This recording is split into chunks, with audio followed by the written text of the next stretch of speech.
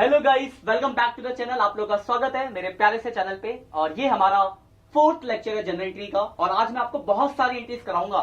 तो ये काफी इंपॉर्टेंट लेक्चर भी कह सकते हो आप, क्योंकि इसमें बहुत सारी इंपॉर्टेंट एंट्रीज आएंगी और वो एंट्रीज आएंगी जिसमें सबसे ज्यादा बच्चों को डाउट होता है। और रीजन ये नहीं है कि एंट्रीज मुश्किल है, रीजन सिर्फ एक ही है कि ये एंट्री बार बार नहीं आ रही होती है। जो एंट्री बार बार आती है उसको आप याद कर लेते हो, याद हो जाती है। पर जो एंट्री पूरे 20 क्वेश्चन आपके टोटल जनरल के और देखो तो 2-3 जगह मिल जाएंगी। मतलब जो एंट्रीज कम बार रिपीट हुई है उनको आती रहती है। तो आप इस लेक्चर को सुन लो और एंट्रीज को याद कर लो कि आपके एग्जाम में आया तो आप लिख सको। तो लेट्स स्टार्ट द टॉपिक। तो सबसे पहला जो आपको दिख रहा होगा यहाँ पे, वो आपको है गुड्स लॉस बाय फायर और थीफ। दिख रहा है आपको यहाँ पे, मैं थोड़ा सा अंडरलाइन कर दूं, देखो थीफ और फायर। मतलब आग लगने से या चोरी होने से अगर आपके गुड्स के साथ नुकसान होता है तो उसकी डील हम कैसे करेंगे, उसकी एंट्री हम कैसे करेंगे। तो दोनों का सेम कॉन्सेप्ट है। तो मैं आपको लॉस बाय फायर बताता हूं क्योंकि उसका मैंने एग्जांपल ले रखा है। फिर मैं आपको लॉस बाय टेप में बता दूंगा कहानी क्या है। कुछ नहीं होता, सेम होता है, ठीक है। तो लॉस बाय फायर यानी अगर आपके गुड्स हुए loss by fire, goods loss by fire. तो देखो गुड्स लॉस बाय फायर हुए तो आप इसकी एंट्री करोगे और गुड्स लॉस बाय फायर की एंट्री होती है loss by fire account debit to purchase account. ठीक है, जो भी अमाउंट होगा बस एंट्री कर दोगे। मेरे हिसाब से कोई दिक्कत नहीं होगी। आपका गुड्स लॉस हुआ फायर से तो आपने एंट्री कर दी loss by fire account debit to purchase. Clear है पॉइंट। अब देखो इसके बाद क्या होगा, मैं साइड में लिख दूं थोड़ा सा। अब देखो लॉस हुआ तो दो कंडीशन हो सकती है, एक तो गुड्स का इंश्योरेंस होगा और नॉट इंश्योर्ड। नॉट इंश्योर्ड का मतलब इंश्योरेंस नहीं होगा। तो देखो ध्यान समझो बात को। अगर आपके गुड्स का इंश्योरेंस है तो अगर आपके गुड्स का इंश्योरेंस है तो आपको कुछ और भी काम करने पड़ेंगे। लेकिन अगर नहीं है तो भाई देखो मान लो मेरा गुड्स चोरी हो गया, लॉस हो गया, ठीक है, चोरी हो गया, अब मेरा कोई इंश्योरेंस नहीं था तो मैं चुपचाप थोड़ा सा रो लूंगा, तो मन खराब कर लूंगा, नुकसान हो गया इतना। लेकिन अगर आपका इंश्योरेंस होगा तो फिर आप चोरी होने पे या आग लगने पे नहीं रुकोगे, आप उसके आगे के फर्दर स्टेप्स करोगे। क्या करोगे, तो आपका लॉस हो तो आप क्या करेंगे, अरे मेरा तो इंश्योरेंस था, तो आप जाओगे इंश्योरेंस कंपनी से पैसा मांगे कि भाई साहब मेरा लॉस हो गया, इसका पैसा तो आप, क्योंकि मैंने आपसे इंश्योरेंस करा रखा है। यानी आप इंश्योरेंस कंपनी से क्लेम करोगे। फिर इंश्योरेंस कंपनी का बंदा आएगा, सब कुछ देखेगा, फिर वो एक अप्रूव करेगा कि आपको इतना पैसा क्लेम का मिलेगा। यानी इसके बाद दूसरा काम, ये तो पहली एंट्री हुई लॉस बाय फायर, ये तो होनी हर बार होगी। अब अगर आपका गुड्स इंश्योरेंस नहीं है तब तो बात यही खत्म हो गई। लेकिन इंश्योरेंस है तो आप इंश्योरेंस कंपनी से करोगे क्लेम, तो उसकी भी तो एंट्री होगी। तो entry number second, insurance claim करने किससे मांगोगे, इंश्योरेंस कंपनी से। तो इंश्योरेंस कंपनी अकाउंट डेबिट, और किस चीज का पैसा, किस चीज के लिए, तो लॉस बाय फायर हुआ है मेरा, मतलब फायर से मेरा लॉस हो गया, उस लॉस के बदले मुझे क्लेम चाहिए। तो loss by fire to claim वाली एंट्री हो गई। मेरे हिसाब से इसमें आपको कोई डाउट नहीं होगा। तो पहली entry goods loss by fire to purchase, insurance नहीं है तो एक ही एंट्री है, लेकिन अगर इंश्योरेंस है तो आपने इंश्योरेंस कंपनी से पैसा क्लेम मांगा। अब बात दो कहानियां हो सकती है, या तो आपको फुल क्लेम मिल जाएगा, मतलब जितना पैसा आपने मांगा पूरा क्लेम मिल गया, या फिर आपको पार्शली क्लेम मिलेगा, मतलब आपको पूरा क्लेम ना मिलके कंपनी बोला कि अच्छा 10,000 का लॉस है, चलो 8,000 का क्लेम अप्रूव करते हैं, तो पार्शली क्लेम। तो अगर पूरा पैसा मिला तो एंट्री होगी बैंक अकाउंट डेबिट, ये मतलब एंट्री नंबर थर्ड हो गई इंश्योरेंस क्लेम मिलने की। तो bank account debit to insurance company अगर पूरा क्लेम मिलता है, और अगर पूरा क्लेम नहीं मिलता है तो एंट्री है बैंक अकाउंट डेबिट, जो पैसा नहीं मिला loss by fire account debit to insurance company. ठीक है, तो देखो एक बार ध्यान से देख लो, इसके स्क्रीनशॉट ले लो पहले तो फटाफट। अब एंट्री समझो ध्यान से क्या क्या है। पहला आपका गुड्स लॉस बाय फायर हुआ तो गुड्स लॉस बाय फायर की एंट्री, ठीक है, तो एंट्री हुई goods loss by fire account debit to purchase. ये एंट्री पहली तो होनी है। उसके बाद आपने क्या करा, अगर इंश्योरेंस, दो बात होगी, इंश्योरेंस नहीं या फिर है, नहीं है तो भूल जाओ, अगर है तो आप इंश्योरेंस कंपनी से पैसा मांगोगे, तो insurance company account debit to loss by fire, फिर आपको पैसा मिलेगा। तो bank account debit to insurance company, पूरा मिला, कम मिला तो bank account debit loss by fire to insurance company. इसका स्क्रीनशॉट ले लो फटाफट, फिर मैं आपको इसका क्वेश्चन दिखाऊंगा तो आप अच्छे से क्लियर रिलेट कर पाओगे और क्लियर कर पाओगे। ले लिया आपने स्क्रीनशॉट, बढ़ते अब क्वेश्चन की तरफ आते हैं। तो देखो आपके स्क्रीन पे ये क्वेश्चन दिख रहे होंगे। पहला देखो क्वेश्चन क्या लिखा है, गुड्स लॉस बाय फायर, मान लो अमाउंट लिख देते हैं, मान लो 3,000 रुपए, गुड्स लॉस बाय फायर है 3,000 का। देखो आपका गुड्स लॉस बाय फायर हुआ, कहीं इंश्योरेंस के बारे में तो कुछ नहीं बोला, मतलब नहीं है, तो एक एंट्री कर दो loss by fire account debit to purchase account, 3,000 का लॉस हो गया। मेरे हिसाब से कोई डाउट नहीं, क्लियर है बात। दूसरा देखो क्या लिखा है, goods costing 2000 destroy by fire और these goods were not insured. तो देखो यहाँ तो साफ साफ लिख दिया कि इंश्योरेंस है ही नहीं, तो एक ही एंट्री होगी लॉस बाय फायर वाली। तो loss by fire account debit to purchase account कितना 2000। तो अगर हमें दो क्वेश्चन को आप स्क्रीनशॉट ले लो पहले, तो दोनों में ही देखो यहाँ तो लिखा हुआ था साफ साफ इंश्योरेंस नहीं है, और यहाँ कुछ बोला नहीं गया है, तो कुछ नहीं बोला गया इसका मतलब इंश्योरेंस नहीं है, क्योंकि इंश्योरेंस होगा तो इंश्योरेंस के बारे में बोला गया होगा। तो ये नॉट इंश्योर्ड वाले क्वेश्चन है, मेरे हिसाब से इसमें कोई डाउट नहीं होगा आपको। एक क्वेश्चन देखते, स्क्रीनशॉट ले लिया ना, एक इंश्योरेंस वाला देखते हैं। देखो देखो यहाँ क्या क्या लिखा है, साफ साफ लिखा है, goods costing loss by fire 5000 and insurance claim receive 4000। 5000 का आपको लॉस हुआ और 4000 आपको क्लेम मिला है, मतलब क्लेम है तभी तो मिल रहा है। तो 3 एंट्री, और हमने पढ़ी है तीनों एंट्री। पहली एंट्री आपकी लॉस बाय फायर की, तो loss by fire account debit to purchase account, कितने का लॉस हुआ 5000 का। फिर आप 5000 रुपए इंश्योरेंस कंपनी से मांगोगे, तो दूसरी एंट्री करोगे insurance company account debit to loss by fire, कितना पैसा मांगोगे 5000। फिर आपको क्लेम मिलेगा, तो बैंक अकाउंट डेबिट जो मिल गया, जो नहीं मिला loss by fire account debit to insurance company. तो आपको लॉस हुआ है 5000 का, लेकिन आपको क्लेम कितना मिला सिर्फ 4000, तो 1000 रुपए इंश्योरेंस कंपनी में आ गया। क्लियर बात। तो ये इंश्योरेंस के साथ वाला क्वेश्चन, इसका भी स्क्रीनशॉट ले लो, मेरे हिसाब से कोई डाउट नहीं होगा और आपको क्लियर हो गया होगा कि लॉस बाय फायर वाले केसेस में क्या करना है। तो एक बात ध्यान रखना, जैसे ये गुड्स लॉस बाय फायर है, वैसे ही गुड्स लॉस बाय थीफ हो सकता है, मतलब चोरी होने की वजह से। तो कॉन्सेप्ट सेम है, इन बिना इंश्योरेंस नहीं होगा तो 1 एंट्री, होगा तो 3 एंट्री, और जहां पे आपने फायर लिखा था वहां पे लिख दोगे थीफ, बाकी पूरा प्रोसेस सेम ही रहेगा। ठीक है, इसका स्क्रीनशॉट ले लो। क्लियर बात, आगे बढ़ते हैं। अब हम बात करेंगे कुछ और इंपॉर्टेंट एंट्रीज की। जैसा कि मैंने आपको कहा था कि आज का लेक्चर थोड़ा सा बड़ा हो जाएगा, क्योंकि हम बहुत सारी एंट्रीज की बात करने वाले हैं आज। ये सब एंट्री, तो पहली एंट्री अब हम आज बात करेंगे एक्सपेंसेस की, लॉस बाय फायर के बाद। तो देखो एक्सपेंस के साथ 3 कहानी आपको पढ़ाऊंगा मैं आज।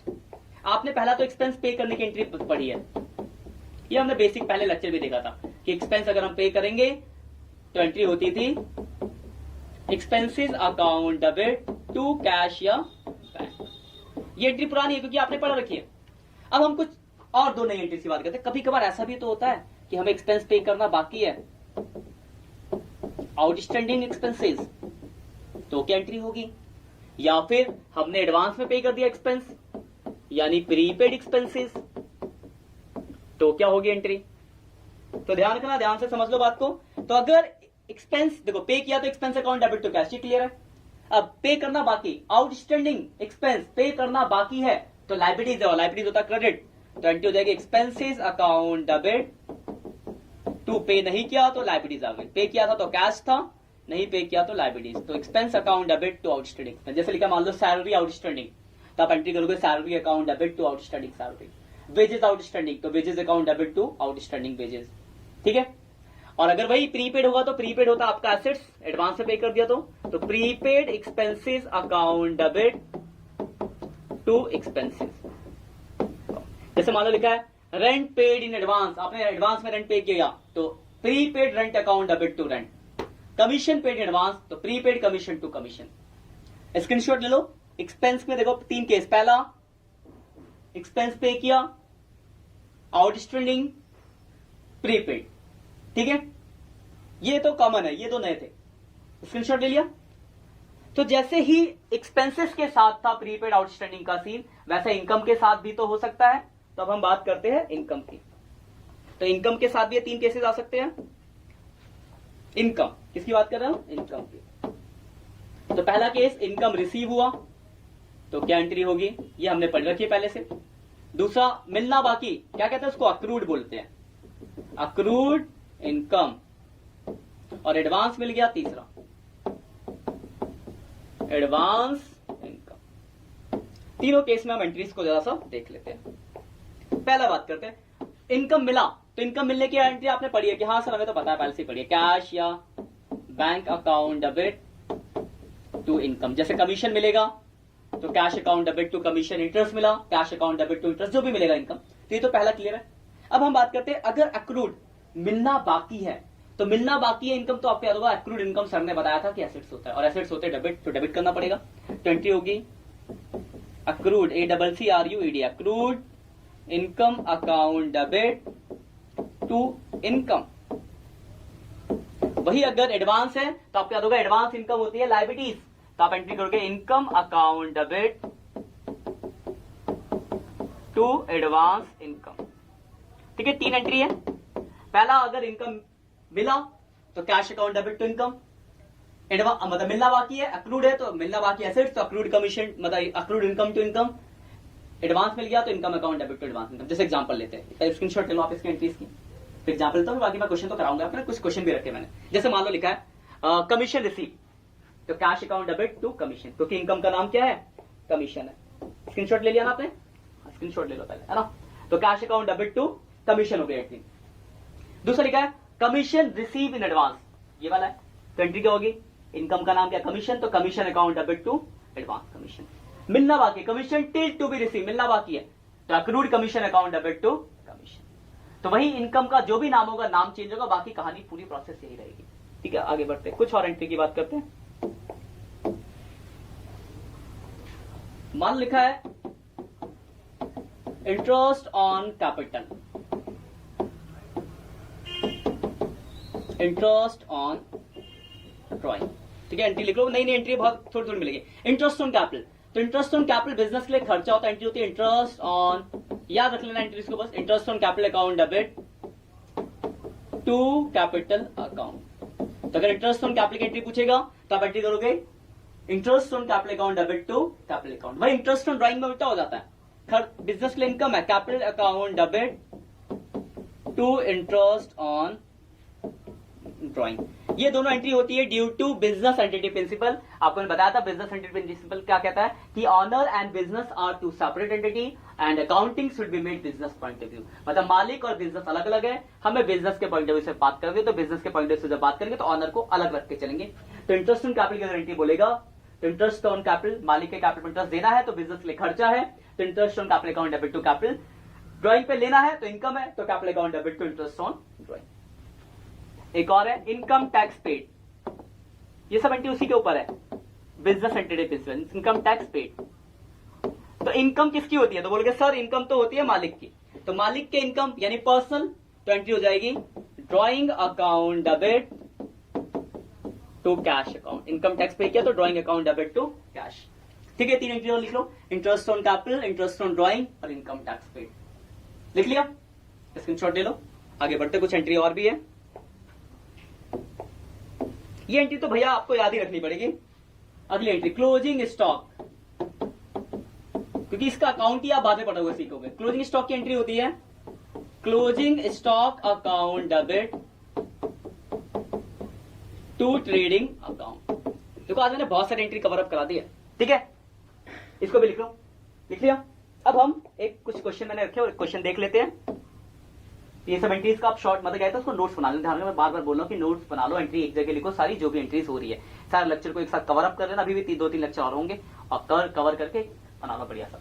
अगला है, जैसे पहली एंट्री है रेंट ड्यू टू लैंडलॉर्ड। देखो रेंट ड्यू टू लैंडलॉर्ड, मालिक को रेंट देना बाकी नहीं, आउटस्टैंडिंग है, तो आउटस्टैंडिंग वाली एंट्री रेंट आउटस्टैंडिंग। तो एंट्री क्या होगी, तो बोलोगे sir rent account debit to outstanding rent. Format होगा जनरल वाला, नरेशन लिखोगे बीइंग रेंट आउटस्टैंडिंग। क्लियर है बात। Salary due to staff, salary pay करना बाकी स्टाफ को, दैट इज आउटस्टैंडिंग सेम।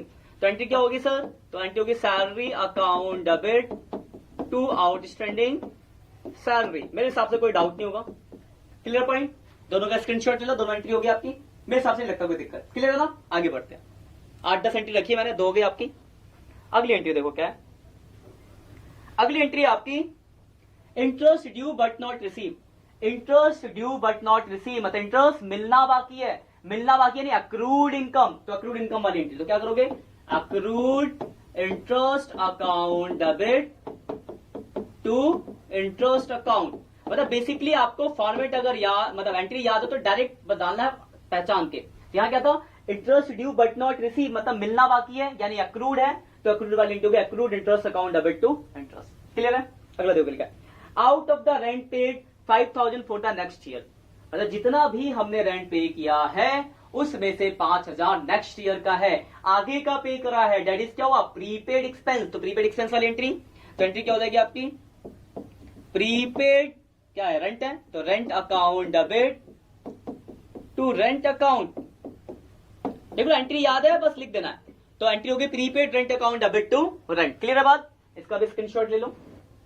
ये सारी एंट्री आप खुद से कर लेना है ना, बुक के ही क्वेश्चन है, अलग से नहीं करा रहा। आगे बढ़ते हैं, अगली देखो एंट्री क्या है। अगली एंट्री है, हाँ देखो डेप्रिसिएशन। तो डेप्रिसिएशन की एंट्री अगर आपको नहीं लिखा है तो बताता हूं, डेप्रिसिएशन का मतलब क्या होता है, साइड में लिख लो। डेप्रिसिएशन का मतलब है एसेट्स की वैल्यू कम होना, क्योंकि एसेट्स पे ही लगता है डेप्रिसिएशन। तो जब भी एसेट्स पे डेप्रिसिएशन लगेगा तो एंट्री करोगे, डेप्रिसिएशन आपके लिए खर्चा है, तो डेप्रिसिएशन अकाउंट डेबिट टू जिस भी एसेट्स पे लगा होगा, मशीनरी, बिल्डिंग, फर्नीचर। तो जब भी डेप्रिसिएशन और एसेट्स की एंट्री आएगी तो depreciation account debit to assets. जैसे इसमें प्रोवाइड 10% डेप्रिसिएशन ऑन फर्नीचर, और 1 लाख का फर्नीचर है, 10,000 डेप्रिसिएशन हो गया, तो एंट्री क्या होगी सर, तो depreciation account debit to furniture account, और कितना, 1 लाख का 10% यानी 10,000 से एंट्री होगी। ध्यान रखना जहां पे एंट्री करोगे नरेशन और फॉर्मेट रहेगा ही रहेगा, वो बात ध्यान रखना, वो अलग से नहीं कि नहीं होगा, नहीं बोला था ना तो नहीं करना ही करना जहां भी है। अगला देखो क्या, goods use in making furniture. देखो लिखा गया हमने गुड्स को यूज करा फर्नीचर बनाने में, मतलब हमने गुड्स से फर्नीचर बना दिया, गुड्स से क्या बना दिया, फर्नीचर बना दिया। ध्यान रखना कभी भी कोई ऐसा कॉन्सेप्ट हो और उसमें 2 वैल्यू दियो, सेल वैल्यू और कॉस्ट वैल्यू, तो हमारा तो जितने का कॉस्ट था उतना ही गुड्स यूज हुआ ना, तो हमें याद रखना हमेशा कॉस्ट प्राइस लेना है, तो कॉस्ट से एंट्री होगी। और गुड्स से फर्नीचर बनाया तो यहाँ पे एंट्री क्या, फर्नीचर बनाया तो फर्नीचर आ गया, फर्नीचर अकाउंट डेबिट, और गुड्स चले गए तो टू परचेज अकाउंट। सिंपल सा लॉजिक है, 4,000 से एंट्री होगी। ध्यान रखना कॉस्ट से लिखना है, और लॉजिक समझ गए, गुड्स से फर्नीचर बनाया तो फर्नीचर बढ़ा और गुड्स कम हुआ, फर्नीचर बढ़ा तो डेबिट, गुड्स कम हुआ तो क्रेडिट, तो furniture account debit to purchase. Screenshot ले दोनों एंट्री का, मेरे हिसाब से कोई दिक्कत नहीं होगी। आगे बढ़ते हैं, अब देखो अगली एंट्री आपकी इंटरेस्ट ऑन कैपिटल। लिखवाई थी इंटरेस्ट ऑन कैपिटल की एंट्री, बोल के हाँ सर एंट्री लिखवाई थी, interest on capital account debit to capital account. तो इंटरेस्ट ऑन कैपिटल की एंट्री हो गई, capital interest on capital account debit to capital account. अगला इंटरेस्ट ऑन ड्राइंग, इसकी भी लिखाई थी, उल्टी हो जाएगी, तो एंट्री क्या हो जाएगी, capital account debit to interest on drawing 1500। ये 2 एंट्री भी क्लियर बात है, लिख लो सीधे, ये सब एंट्री सीधी सीधी आएगी, आपको एंट्री याद है लिख देना है, इसके स्क्रीनशॉट ले लो। हाँ अब देखो कुछ 2 एंट्री और है, इनकी बात करते हैं, ये थोड़ा टॉपिक भी है, तो टॉपिक समझ के लिखा है expenditure on installation of machine and construction of building. पहले ध्यान से समझना बात को, फिर मैं एंट्री लिख दूंगा तो समझ ही जाओगे, कुछ नहीं है। देखो सपोज करो मैं एक बिल्डिंग बनवा रहा हूं, ध्यान समझना, तो बिल्डिंग बनाने में ईंट, पत्थर, लोहा, सीमेंट, छड़ सब कुछ लगता है, और लेबर भी तो लगते हैं। तो मान लो 50 लाख का मटेरियल लगा और 10 लाख रुपए लेबर का किराया लगा। तो एक बात बताओ, बिल्डिंग तो मुझे 60 लाख की पड़ी ना, मतलब कंस्ट्रक्शन के टाइम पे मजदूरी भी तो बिल्डिंग का ही पार्ट है। तो जब भी हम कोई एसेट्स या कोई कंस्ट्रक्शन कराते हैं, मतलब खरीदते या बनाते, उस टाइम जो भी खर्चा पे करते हो उसकी कॉस्ट का ही पार्ट होता है, तो उसी में जुड़ जाएगा। वही बात दिमाग में रखिए, इसको क्या wages paid for installation of machine. मान लो 3 लाख की मशीन खरीदी और ऊपर से इंस्टॉलेशन में पैसा लगाया, तो मुझे मशीन तो इंस्टॉलेशन जोड़ के ही पड़ी होगी, यानी ये इंस्टॉलेशन ऑफ मशीन जो होगा वेजेस, नॉर्मली वेजेस की एंट्री होती है wages account debit to cash, लेकिन अगर इंस्टॉलेशन पे कराया है तो ये मशीन का पार्ट है, तो आप एंट्री करोगे मशीनरी अकाउंट डेबिट, मशीनरी, ठीक है ना, machinery account debit to cash. और सेम ऐसे ही कंस्ट्रक्शन ऑफ बिल्डिंग पे अगर वेजेस पे किया, नॉर्मल वेजेस की वेजेस टू कैश है, लेकिन कंस्ट्रक्शन ऑफ बिल्डिंग में है तो ये वेजेस बिल्डिंग का ही पार्ट होगा, तो building account debit to cash.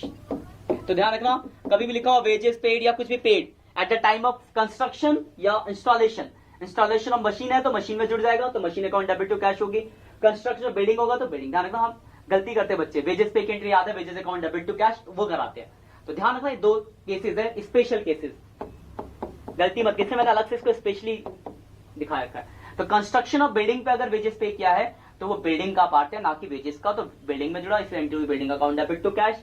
वैसे इंस्टॉलेशन ऑफ मशीन पे करा तो वो मशीन का पार्ट है, इसलिए entry machine account debit to cash. इसे स्पेसिफिक लिख लो, आता है क्वेश्चन एग्जाम में और गलत करते हैं बच्चे, ठीक है, स्क्रीनशॉट ले लिया, लिख लेना स्पेसिफिक। बस आज के लिए ही इतना ही। आज हमने बहुत सारी अलग अलग एंट्री देखी, 3, 3, 6, 7, 8, 9, 10, 12 एंट्रीज तो देख ही लिया आज के लेक्चर में।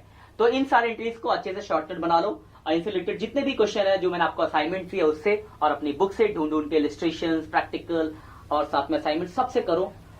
करने से क्या होगा कि क्वेश्चंस कम है, करोगे तो आपको एंट्रीज याद होंगी, नहीं करोगे तो आपको लगेगा एंट्री आती है, लेकिन बाद में जब एग्जाम में आएगा तो आप एंट्री भूल चुके होंगे। ये होगी परेशानी, जिसे रिपीट करो।